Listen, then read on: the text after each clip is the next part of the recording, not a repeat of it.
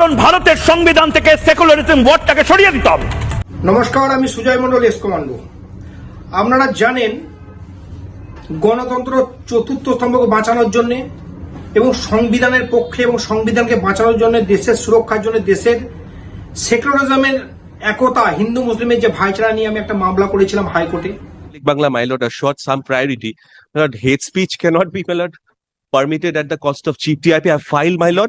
Give the number. Yes, my lord. Here is. সেই মামলাতে রায় দিয়েছে এবং সামনের 22 তারিখে একটা ডেট আছে, যে ডেটের মধ্যে আমরা আশাবাদী আদালতের প্রতি পূর্ণ আমাদের আস্থা আছে এবং আমরা ন্যায় বিচার পাব। এই যে ময়ূর রঞ্জন ঘোষ তথা আর বাংলার চ্যানেলের যে সেকুলারিজমের বিরুদ্ধে যে ভিডিও বানিয়েছে, যদি আপনার মনে হয় যে আপনি সেকুলার আর জবাব চাই বাংলা থেকে বেরিয়ে যান, কাল দেশ থেকে বেরিয়ে যান, কারণ ভারতের সংবিধান থেকে সেকুলারিজম ওয়ার্ডটাকে সরিয়ে দিতে হবে। এবং বলেছে ময়ূর রঞ্জন বাবু নিজে বলেছে যে যারা সেকুলার তারা দেশ থেকে বেরিয়ে যান। এবং কাজী নজরুল ইসলাম কবি, ওনার যে মোরা এক বিনতে দুটি কুসুম, হিন্দু মুসলমান, হিন্দু মুসলিমের যে ভাইচারা, সেটাকে নিয়ে যে ধরনের খিল্লি বানিয়েছে, একই বৃন্তে দুইটি কুসুম, কিসের কুসুম, কিসের কুসুম, সেটা আমি একজন ভারতবর্ষের এস কমান্ডো হিসাবে কোনো মতে মানতে পারিনি। এবং সেটাকে নিয়ে আমি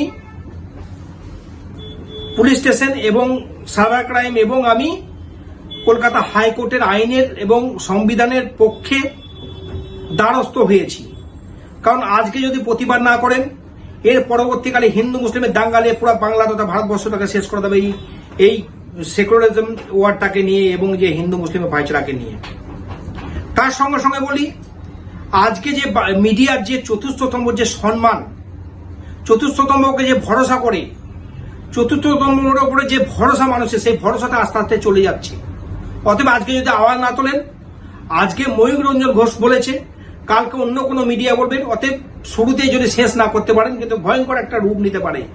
সেই জন্য আমি মামলা করেছি হাইকোর্টে।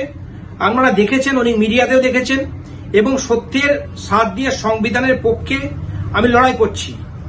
এবং আপনারা জানেন কয়েকদিন আগে আর্মি থেকে, ভারতবর্ষের যারা সেনাবাহিনী, সেখান থেকে বলে দেওয়া গেল যে সেকুলারিজম ওয়ার্ড, আমরা হিন্দু মুসলিম ভাই ভাই এবং সংবিধানের পক্ষে, আমাদের দেশ সেকুলারিজম দেশ। সেক্ষেত্রে সেটাকে আর্মিদেরও খিল্লি করা হচ্ছে।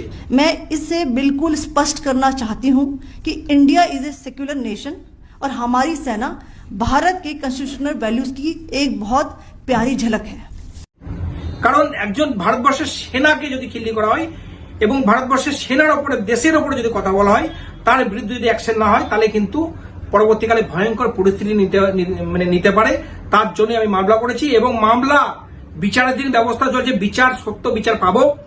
পুরা বাংলা তথা পুরা ভারতবর্ষের মানুষ যাতে এই ধরনের বিবৃতি, এই ধরনের কথা, এই ধরনের কটূক্তি, এই ধরনের যাত্রাপালা হিসাবে যে যদি নিউজ পরিবেশন না করা হয় এবং সত্যের পথে যদি নিউজ করা হয়, সেটাই আমার প্রতিবাদ।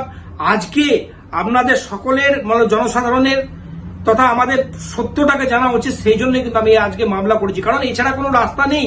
এই যে ভয়ঙ্কর দালালি, ভয়ঙ্কর পলিটিক্যাল রাজনীতি নেতাদের দালালি, এটা কোনো মতেই করা যাবে না। যারা সেনাদের হয়ে কথা বলে, সেনাদের বিরুদ্ধে কথা বলে, সংবিধানের বিরুদ্ধে কথা বলে, একজন মহান কবি তার বিরুদ্ধে কথা বলে। অতএব আমি এটাকে আইনের আওতায় নিয়ে এসেছি। আগামী 22 তারিখে ডেট আছে। আপনারা সকলে ভালো থাকবেন, সুস্থ থাকবেন, দেখবেন এবং নিশ্চয়ই আমরা ন্যায় বিচার পাবো।